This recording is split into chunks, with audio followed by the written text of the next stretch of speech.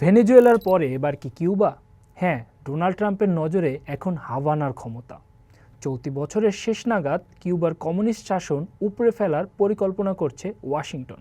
কিন্তু প্রশ্ন হলো, 60 বছর ধরে টিকে থাকা এই দুর্গ কি এত সহজেই ভেঙে পড়বে, নাকি ট্রাম্পের এই পরিকল্পনা শুধুই একটি অতিরিক্ত আশাবাদী চিন্তা?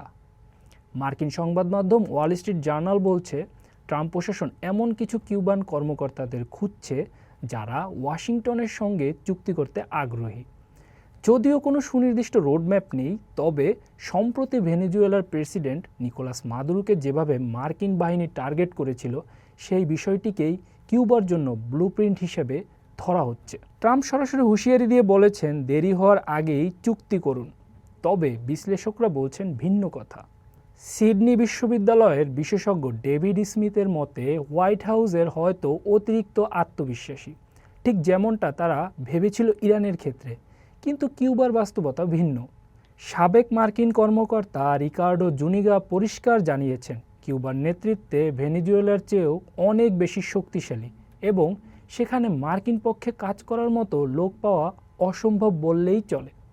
কিউবাকে কবজ করা মার্কিন রাজনীতিকদের দশকেরও পুরনো স্বপ্ন। 1959 সালের বিপ্লবের পর থেকে ফিদেল কাস্ত্রোর শাসন হটাতে যুক্তরাষ্ট্র সব কিছুই করেছে। 1962 সালের সেই ব্যর্থ বে অফ পিগস আক্রমণ থেকে শুরু করে কাস্ত্রোকে হত্যা করার শত শত প্রচেষ্টা সবই ব্যর্থ হয়েছে। যদিও বলিভিয়ায় চে গুয়েভারাকে হত্যা করতে তারা সফল হয়েছিল, কিন্তু হাভানার ভিত নাড়াতে পারেনি ওয়াশিংটন। অর্থনৈতিক সংকট আর রাজনৈতিক চাপে লাখ লাখ কিউবান দেশ ছেড়ে পালাচ্ছে ঠিকই, কিন্তু সরকারের ভেতরে আনুগত্য কি সত্যিই কেনা সম্ভব? নাকি ট্রাম্পের এই চুক্তি করার প্রস্তাব কিউবার ইতিহাসের পাতায় আরও একটি ব্যর্থ মার্কিন প্রচেষ্টা হিসেবে যোগ হবে? আপনার কি মনে হয়, ট্রাম্প কি পারবেন কিউবায় পরিবর্তন আনতে? কমেন্টে জানান। আর এমন সব খবর দেখতে ফলো করুন চর্চার ফেসবুক পেজ এবং ইউটিউব চ্যানেলে।